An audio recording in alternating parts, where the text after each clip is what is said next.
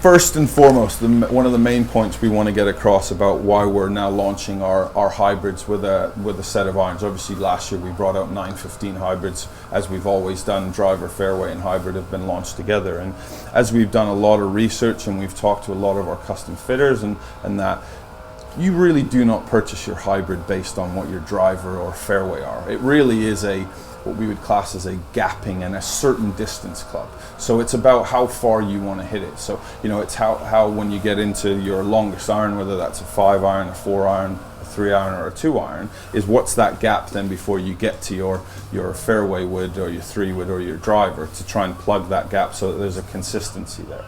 One of the big things we also saw is when you kind of look at this, and in terms of swing speeds, as golfers get to a slower swing speed, you get into the 3, 4 and 5 irons, that gapping distance gets a lot smaller. So it really gets to a stage where you might be hitting the 3, 4 and 5 very, very similar distances. So they're not delivering you performance benefits you're going to have, or you can almost get the same out of each club. So, you know, that was another thing that we really wanted to try and do, was realign our hybrid launch, and that, you know, that's all we're doing here. We're not just now going to change our life cycle and come out with a different hybrid every year. We're really wanting to realign it so that when golfers are thinking about their game, and we want them to think about each club individually and say, okay, well, how does that actually fit into my game, and how can I use each club to maximize my score and use it for more shots, rather than potentially just that one shot that we've all got on our home course where we go, oh, I've got to have that club because I might use it once in 10 rounds. Well, let's think of another way of looking at it and getting the gapping right so that you can use them more often.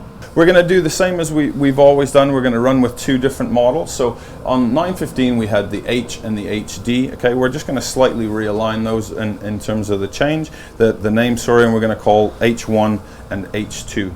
As you can see, H1, the red number 1, AP1, so kind of similar. It obviously won't always be the case in terms of who that will be aimed at, but that's just it's more of a fairway wood type of shape hybrid in terms of, so a little bit larger, a little bit bigger heel to toe, to deliver a bit more of the results that the guy that would want more of a fairway type of hybrid would be looking for. And then we've got the H2, fits in a bit closer to the AP2, and again a little bit more compact shape. We've got a little bit more offset here as well, again more to look like an iron, so it fits in a bit more like a driving iron type of club. Down on absolutely. And so in terms of the difference of what we've done in terms of 816 over the 915, a few things we had is, if anything, there was a few comments that we were getting a bit of material and debris staying in the arc. So we've actually pre-worn the leading edges on both, so it just now it really the grass just slides through the turf, and it won't have that happening anymore. Okay, we've got slightly higher launch than the previous generation, similar speed, similar spin, a little bit of a change in terms of the shape overall to give us that look and feel that golfer wants, and again it's just a slightly improved playability from the difference in terms of interaction with the turf and how that works, and one of the big things I think you'll see is the changing color as well. So we've gone to a more silver finish, and again to realign it a bit more with the iron line, we just felt it made sense to take us away from the 915 color and the black finish to go more to a silver look, to get a bit closer to, say, that iron appearance. I think so. To hide the launch, we just tweaked the CGs a little bit lower than current 915. Yep. So like the starting weight, so the red weight there is a little bit heavier, so we've lost a little bit of weight inside the head. Okay. Then the starting weight there is a little bit heavier than we were on 915. It just kind of helps improve the launch a little bit, but obviously arc, they're taken away any kind of unwanted spin. I'd say both of them look a little bit more round to me.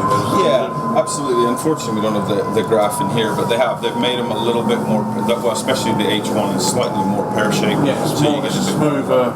Yeah, absolutely. So a little bit larger front to back. It's interesting when you look at versus long irons, you generally with a hybrid are going to increase about 3.5 miles an hour faster. You get 0.3 degrees higher launch and about 800 revs of spin more. So a real change over what you would deliver from a long iron. And again, one of the biggest key points is you're potentially going to get upwards of 3 degrees of more steeper launch angle. So that club, getting the ball to stop on the green a bit easier is hopefully going to be a benefit to any golfer. Okay, and then the last real big change that we've made is, whereas on 915 our SureFit Hosel we either had a 0.75 degree increment and then 1.5 it could change in terms of the loft and lie. We've actually changed this now with this SureFit Hosel on the hybrids to be a 1 degree SureFit coupling change. Okay, so that aligns a bit more with the irons, whether you're 1 degree flat or 2 degrees upright, you can change those. So we can either go 2 degrees upright or 1 degree flat now. Again, more aligning it with the iron set makeup. Okay. We're seeing a lot of people that are potentially buying our hybrids but wouldn't have our set of irons in the bag. So when we say that's a 2, it might actually be a 3, or it might be a different in terms of their set makeup. So we felt the best way to go about that was just to say, okay, well, let's go with the degrees there, and you can work through your own game and your own bag to see which one it will work best. And so we've changed it in terms of the overall lofts that we'll offer, and we'll start at 19 degrees, which can obviously move down to 18 degrees, and we'll go up to a 27 degree head in the H1, and in the H2 we'll do the same, start at 19, but we'll only move up to 25. Okay, because we think with the golfer that generally in the H2 won't necessarily need to be going to the 27. Okay.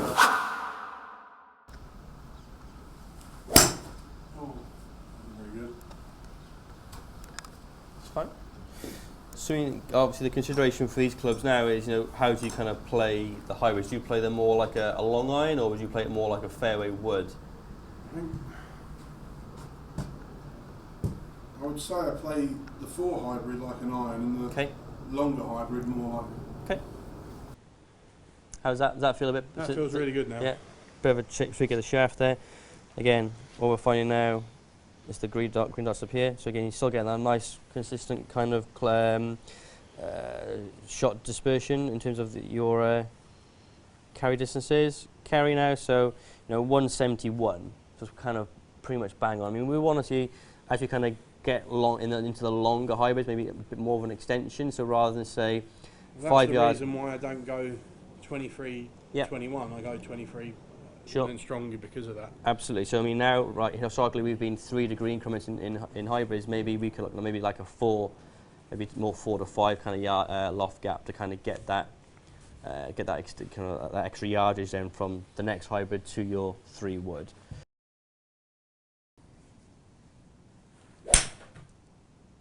How good was that?